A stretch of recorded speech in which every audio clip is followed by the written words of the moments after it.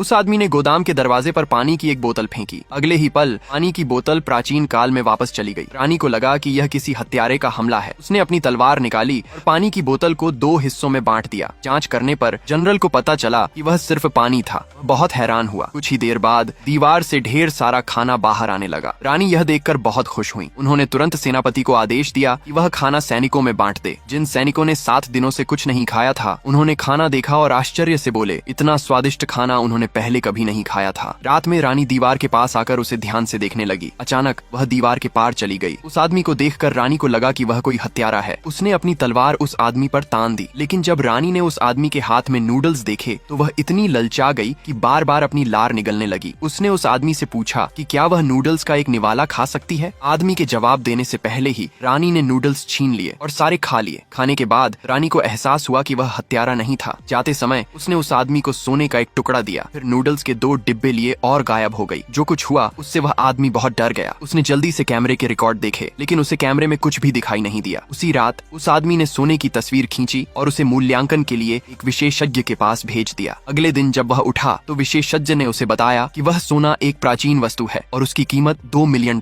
है। वह आदमी इतना हैरान हुआ कि बिस्तर से गिरते गिरते बचा। तभी रानी फिर प्रकट हुई और उस आदमी को नीचे गिरा दिया। रानी ने सोना, चांदी और जवाहरात निकाले और कहा कि वह खाना खरीदना चाहती है। जब उस आदमी ने यह देखा तो उसने तुरंत कहा कि वह गोदाम से जो चाहे ले सकती है। एक दूसरे से परिचय होने पर उस आदमी को पता चला कि रानी प्राचीन काल की थी। अपने सामने दयालु रानी को देखकर वह आदमी उस पर मोहित हो गया। तब से वह आदमी अक्सर रानी को आधुनिक सामान पहुंचाने में मदद करता रहा। उसने न केवल एक नल के जरिए प्राचीन काल में बड़ी मात्रा में पानी भेजा, बल्कि रानी को ढेर सारे आधुनिक व्यंजन भी दिए। लेकिन एक दिन रानी ने बताया कि उसके राज्य पर दुश्मनों ने हमला कर दिया है। उसने उस आदमी से मदद मांगी तो उस आदमी ने उसे एक गुप्त हथियार दिया। अगले दिन दुश्मनों ने अहंकार से रानी को नगर के द्वार के बाहर आत्मसमर्पण करने के लिए कहा। रानी ने उस व्यक्ति द्वारा दिया गया धनुष निकाला और दुश्मनों पर निशाना साधा। दुश्मन रानी पर हंसे, उन्हें मूर्ख समझकर।